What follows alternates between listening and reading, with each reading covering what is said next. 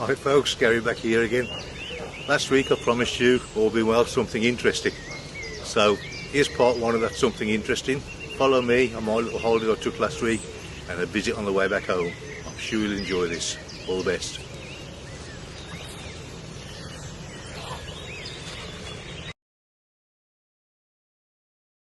Hi Andy. Gary, welcome to Exmoor Fisheries. Thank you.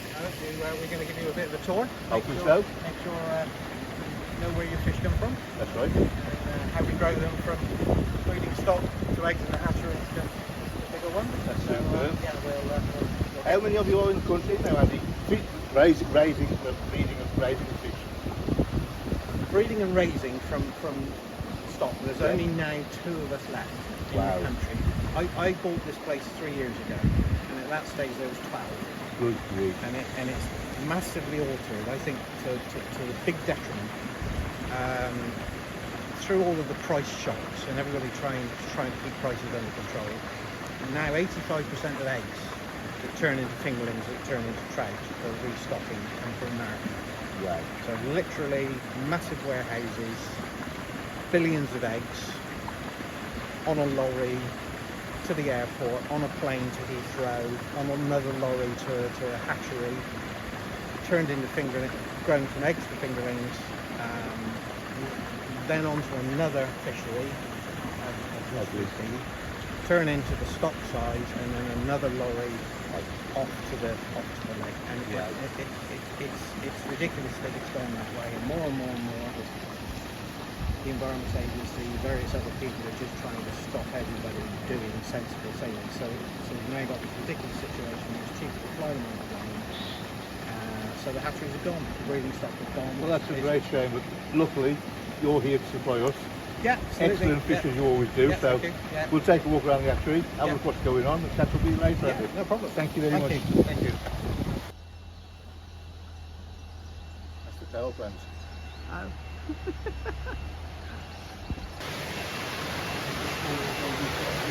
That's good.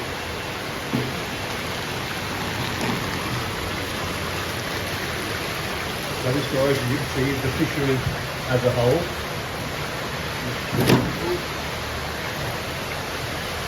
Wow. See all the raceways, going on ponds. We'll visit each one in turn, have a look, see how it's all done. And Terry's going to talk us through a few of the things that they have to do. It's just seeing the raceway so you can see better. And there we go. Whoa. Terry, nice to meet you. So, what do we see? This is our youngest trout that we've got on the farm at the moment. It's coming from our winter strip. We're about 5,000 with each of these. And these are raised from eggs. Yep. So how old are these now? So they would have been stripped in December, so yeah, a few months old now, yeah. And then they're all sterile at this age? Triploids? Yes, stripped. Full And that's done by? a pressure vessel, Yeah. where the pressure is slowly built up to 10,000 psi, and that's our post-fertilisation, and then that's then triploided then for, Right. yeah. So you get the eggs, you get the milk, Yeah, the drop egg. of water Yeah, that's right, yes. into a pressure vessel, Yeah, 10,000 10,000 psi, psi, yeah. triploid fish, Triploid fish, and here we go. yeah. Wow. That on the top is an automatic feeder, and the biggest and strongest fish go to the middle and they feed first. So those in the middle are bigger than those at the back end here. And Perry in turn, as they come along, will take those from the middle and move them to the next raceway, where they'll start right at the back of the queue once again and work their way to the front, on and on and on down the line until they reach the next stage in life. But yeah, they take care of that with a few formalin treatments. But the most important thing is sort of keeping the stocking densities low, keeping them clean. They're cleaned out every morning. Yeah. The cleaners are cleaned out, fed again. It's surprising at this age, you can see the thinner ones compared to the fuller body ones. So these are actually what we call a B grade anyway, so their sort of brothers and sisters, if you like, are already up in the raceways. So these are the ones that have already been taken off as the bottoms of the grade. Oh.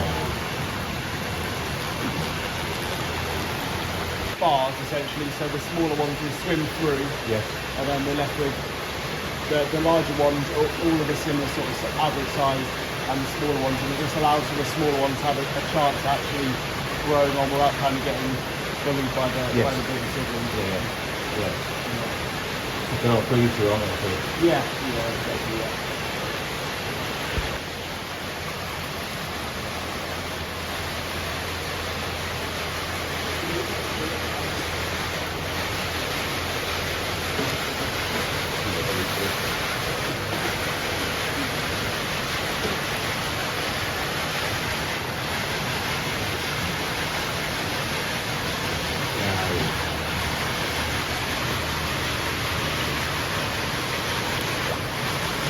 So this is the blue females from this year's strip.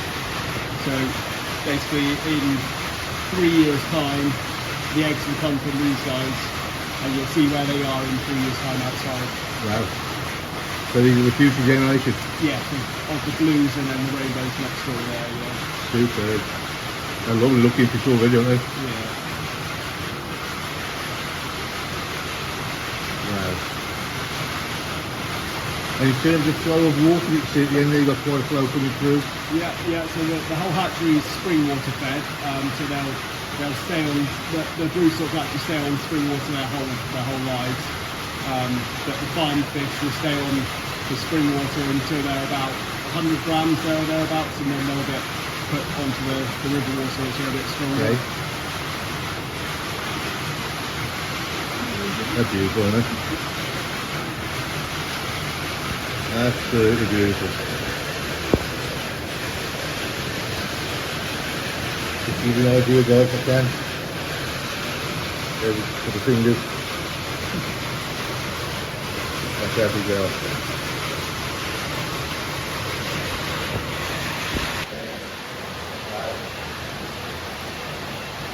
There'll be about 8,000 of each of these. Again, these are triploided, so when they were graded, these would have been the larger fish, separated from the smaller fish, push ahead. And what age are we up to now? Still the same age as all from last winter, so to December, January. So the ones you're feeding a little bit better. Yeah, exactly. Wow. And there's 8,000 roughly Yeah, to 8,000. each leg. You do that by weight? Yeah, so we take a sample basically and count the sample, and then you can divide the total weight by the average size. 10 fish to a pound, etc. At this side we've got to work in grams and kilos. Yeah. So now. And then from that up here, their food ration is calculated from the total biomass in each raceway. Right. So at this age, they'll be eating between 2 to 3% of their body weight a day, and then we'll be converting all of that to body weight. Whereas down on the farm, it'll be more like 1% of their total body weight a day.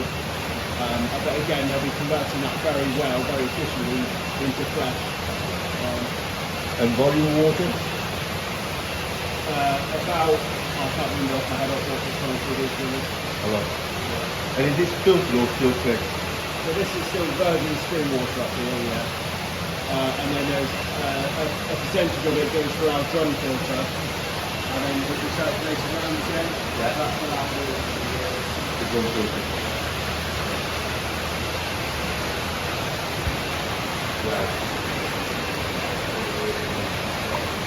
So I do that every day. So it's kind of all of that. Like a collective So area. what happens is basically you pull the standpipe out of the back, Yeah. and then basically literally push the brush all the feces and any uneaten food, and it literally just goes out a hole in the back there. Same with the cross, you saw it with the standpipe which is holding Take the that level out. of water up. Pull it out, flush it all away each morning. And is there a big increase over there with nitrates, or does that keep steady? Not in here because we have such a flow of Yeah. water. We don't. The turnover of water is so great here that we don't really have a problem with that kind of thing. Nothing. And has white spots sort of deteriorated now, or?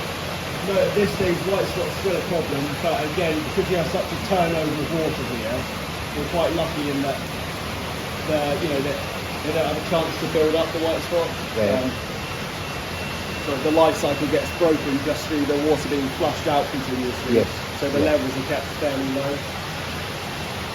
That's what? That's the incubation where they incubate all the fry. It moves. Yeah, yeah.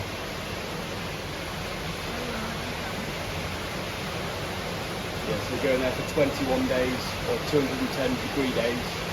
At which point they're taken out, shot, and then picked, laid down in the troughs in trays, and then after between a week and 10 days they'll start hatching out into the troughs. Hello.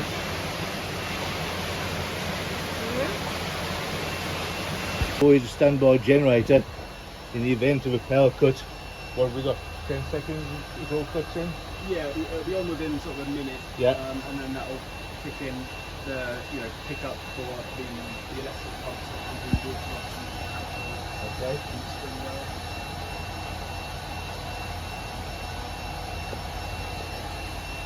So how long do we have between the power going off, this kicking in, and lack of oxygen and water movement So before we start to suffer? if that wasn't to kick in, we'd be in trouble probably within sort of 5 to 10 minutes. Yeah. So, that the raceways and the troughs will start to suffer.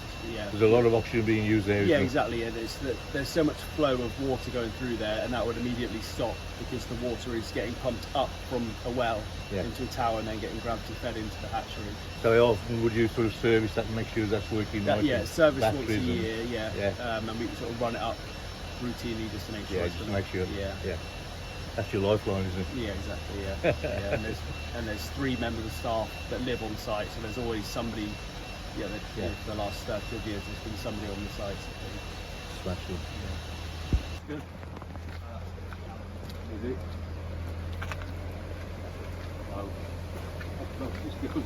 Oh.